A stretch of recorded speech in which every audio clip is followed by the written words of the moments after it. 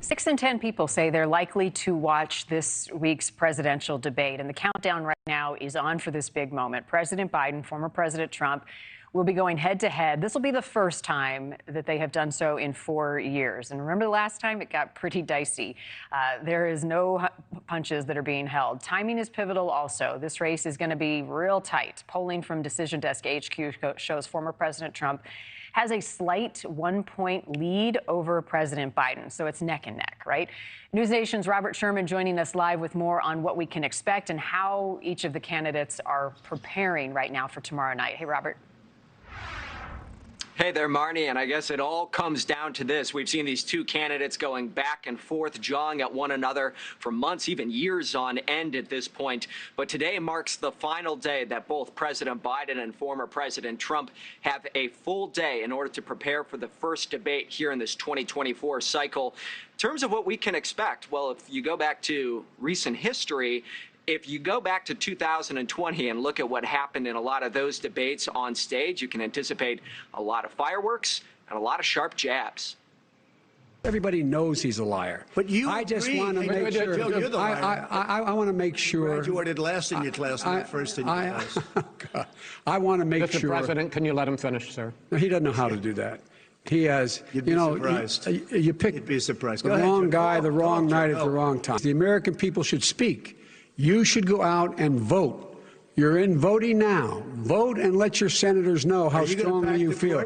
Vote now. Are you going to pack the court? Make sure you, in fact, let people know you're a senator.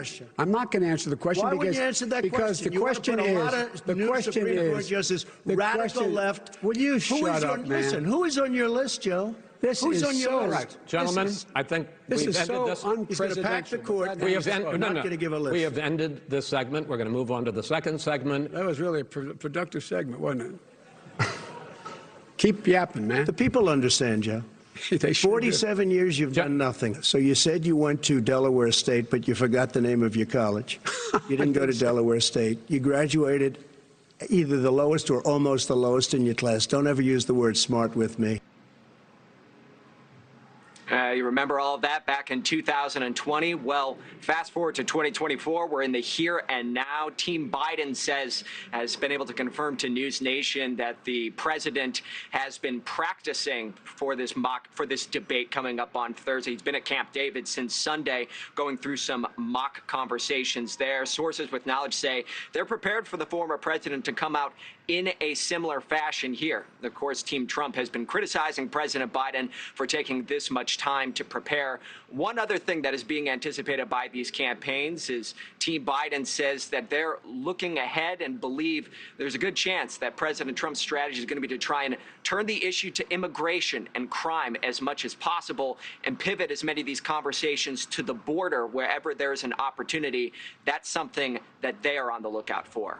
Marni? Yeah, and there were so many cringy moments in 2020, right? As you're watching at home, you're like, oh, right? I mean, they just went after each other.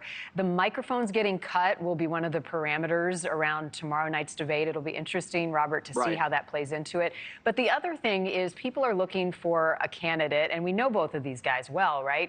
But who exhibits a presidential quality, a feeling, an energy on that stage. They have to know that as part of their strategy in preparation for tomorrow. Yeah, I mean, you have certainly seen those conversations taking place in the public sphere here. I mean, with surrogates from both teams, pointing out exactly exactly what you mentioned right there, Marni. And it's important to remember as well is that, I mean, you are looking at an extremely tight race right now, which underscores just how high the stakes are. You look at the national polls here, take these with a grain of salt as always, but you have the former president with a slight edge nationally in the Decision Desk HQ averages. If you dip into a lot of these critical swing states, you see similar metrics right now with the former president owning slight edges in many of these states, Michigan, Wisconsin, Pennsylvania. Now, granted, President Biden in many of these states is within striking distance, and this is the first opportunity that voters will see the two go head-to-head on the same stage here in the 2024 cycle. But it just goes to show that the stakes are very high going into this first debate as voters get an opportunity to see both the president and the former president